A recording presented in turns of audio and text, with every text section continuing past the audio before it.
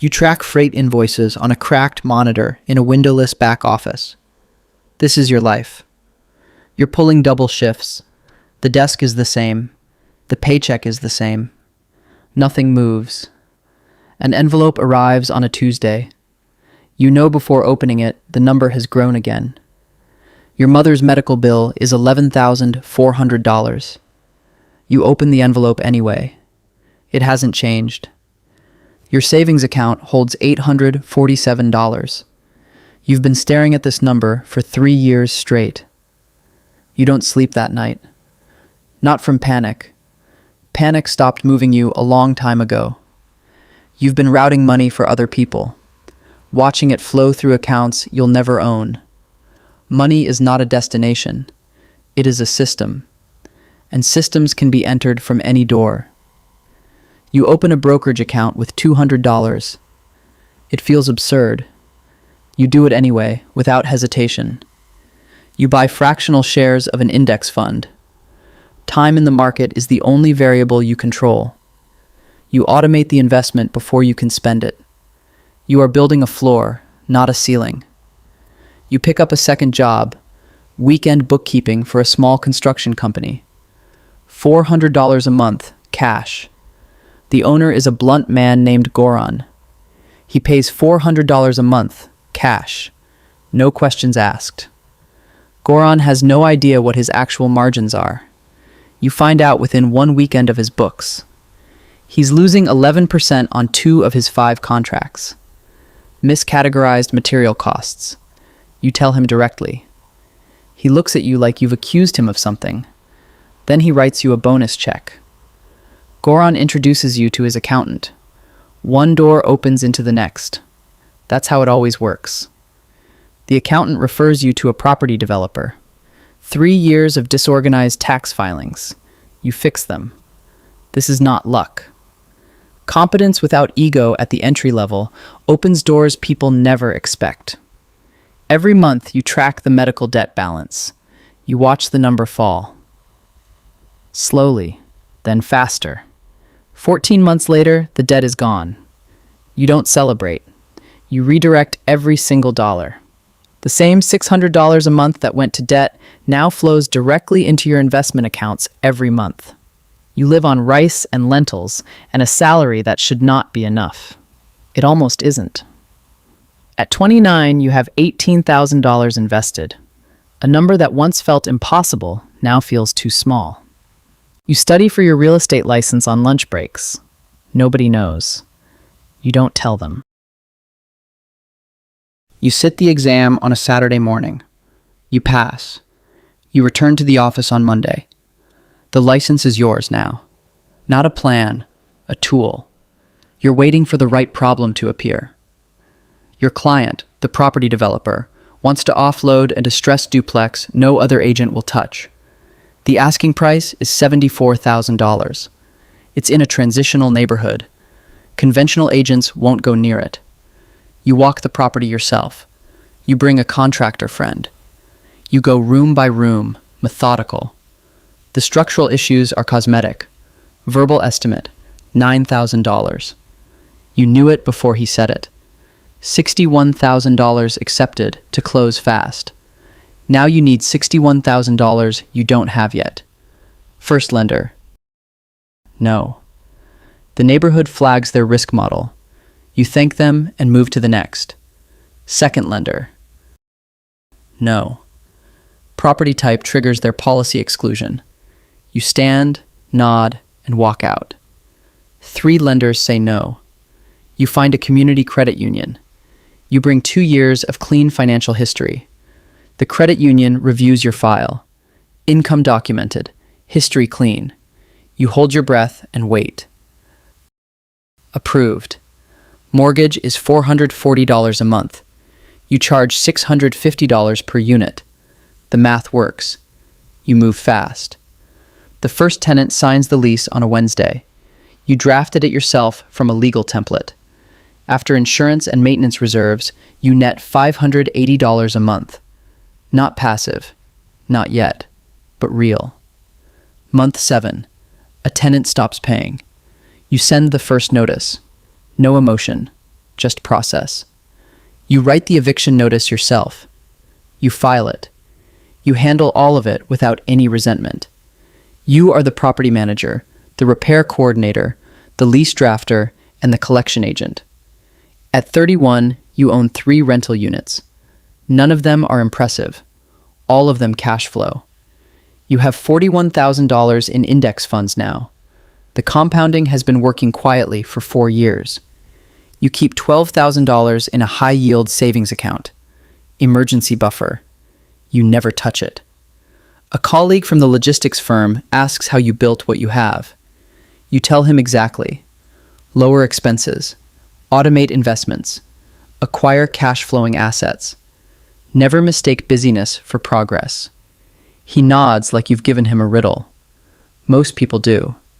You stopped being surprised long ago. At 34, a private equity firm contacts you. 4 people. Distressed commercial assets. Secondary markets. They don't want your money. They've seen your rental portfolio. They want your eye for value. They offer 10% carry on every deal you source. Carry is not salary. Carry is a share of upside. You research secondary markets on weekends, vacancy rates, anchor losses, owner carrying costs. Every number matters. You find it, a vacant strip mall. The anchor tenant left 18 months ago. The owner is bleeding. Assessed at $1.2 million. Carrying costs, $14,000 a month. The owner needs out. You see it clearly. You model the repositioning. 2 medical clinics, a pharmacy, and a regional grocery. You build it out completely. Post-stabilization net operating income, $180,000 a year. The pro forma holds up under every scenario you run. You present this to the firm. They listen without interrupting. Then they ask one question: acquisition cost. They acquire the property for $890,000. Your name is not on the deed. But this was your deal. 2 years of repositioning. New tenants move in. The NOI stabilizes exactly where you modeled it. The clinic opens, the pharmacy signs. The grocery anchors the East End. Your model was right. The firm exits.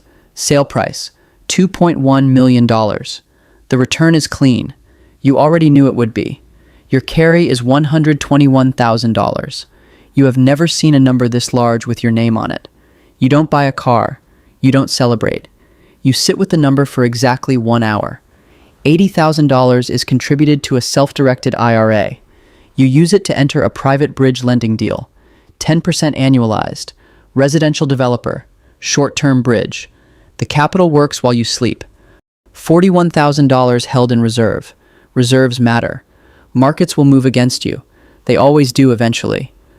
By 37, you are no longer an employee. You have an LLC and 2 active deal relationships. You register the LLC on a Tuesday afternoon. It takes 12 minutes. The structure is now real. 7 rental units across 2 states. The portfolio produces cash flow every month without your direct labor. Your brokerage account crossed $200,000 last quarter. The compounding started with $200 is showing now. You're terrified, not of failure, of complacency. You've watched people arrive at a number and stop. The wealth you've built is not a wall. It's a moving object that requires constant navigation. You hire a fee-only financial planner, not because you don't understand. You understand very well. Wisdom at this stage means knowing the difference between knowing and still being blind. You hire him. Depreciation alone reduces your taxable income by $38,000 a year. The structure does the work for you. He flags a trust structure you hadn't considered. You implement everything. You stay in control of decisions. At 40, your net worth crosses $1.1 million. You check the number on a Tuesday morning. You haven't told a single person. Not friends, not family. Nobody needs to know this yet. Your mother's care is covered. That was the reason you started. You don't let yourself forget it. Your sister receives $15,000, not a gift. A documented interest-free loan. She signs. You file it. On her 30th birthday, you log in and forgive the loan quietly. She will never know you did. rental units inside LLCs inside a holding company.